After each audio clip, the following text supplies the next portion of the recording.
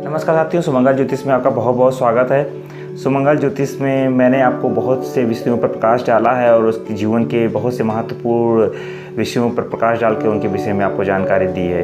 आज का video episode भी इसी विषय पर आधारित है और दिवाले और देव पूजन के ऊपर निर्धारित है। और मैं आपको बताना चाहता हूँ कि कौन सी ऐसी 7 प्रकार की चीज़ें हैं, मूर्तियां हैं जिनको अपने जीवन में आपको घर में नहीं रखना चाहिए। कुछ वास्तुशास्त्री घर में पत्थर की मूर्तियों अथवा मंदिर का निषेध करते हैं। वास्तव में मूर्ति का निषेध नहीं है, प्रत्युत एक बित्ते से अधिक ऊंची मूर्ति का निषेध है। मतलब आपको घर में एक बित्ते से अधिक ऊंची मूर्ति का जो पूजन है वो नहीं करना चाहिए।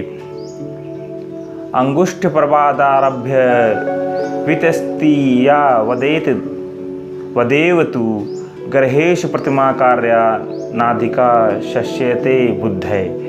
मतलब अंगूठे के सिरे से लेकर कनिष्ठिका के छोर तक एक बित्ता होता है और एक बित्ते में 12 अंगुल होते हैं।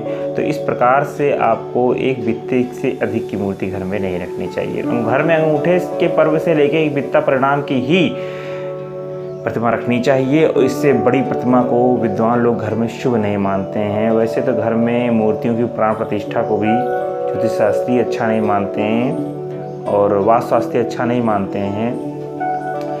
शैली दूरमयी हैमी धत्वाध्याकार संभवाम प्रतिष्ठाम व प्रकुर्वीर्ति प्रसादे व ग्रहे नृपा।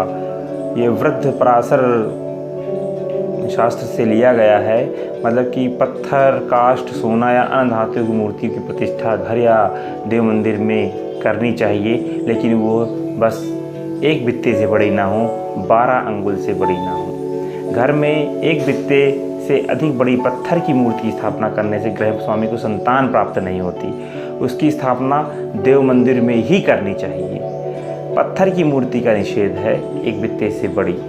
घर में 2 शिवलिंग, 3 गणेश। अब ये बहुत महत्वपूर्ण विषय है जिस पे मैं आपको प्रकाश डालने जा रहा हूँ, उस पर बहुत ध्यान से सुनना है आपको कि घर में 2 शिवलिंग नहीं होने चाहिए।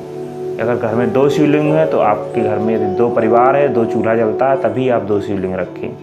वैसे घर में 2 शिवलिंग नहीं होने चाहिए।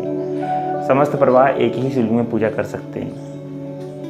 3 गणेश भगवान की प्रतिमाएँ नहीं होनी चाहिए। यदि हैं तो उसमें से 2 प्रतिमाएँ अवश्य ही आप किसी को दान में दे दें। घर में 2 शंख नहीं होने चाहिए।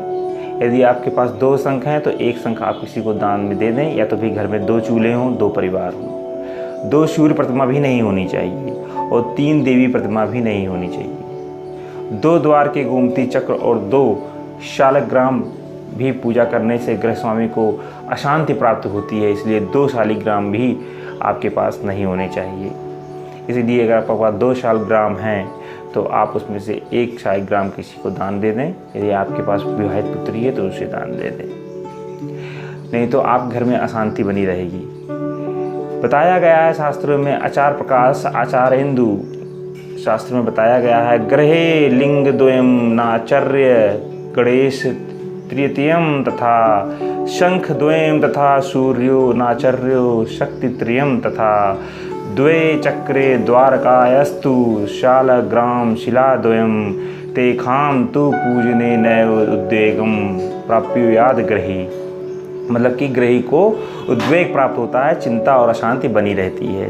तो यदि आपके घर में ये सब चीज़ें एक से अधिक हैं तो आपको इसे अपने घर में नहीं रखना चाहिए, बल्कि किसी भी पूजनीय पंडित जी को दान देना चाहिए, या आपके परिवार में कोई ऐसा व्यक्ति हो जिसके पास ये वस्तुएं नहीं है तो उन्हें दान में देकर इससे इस जो वास्तु दोष है इससे निवृत्त हो जाना चाहिए। तो साथियों, आशा करता हूँ कि ये जो महत्वपूर्ण विषय आपको आज हमने बताया है इसके विषय में आपको जानकारी दी है, आपको अच्छा लगेगा। यदि अच्छा लगे तो कमेंट बॉक्स में हरे कृष्णा लिखना ना भूलें।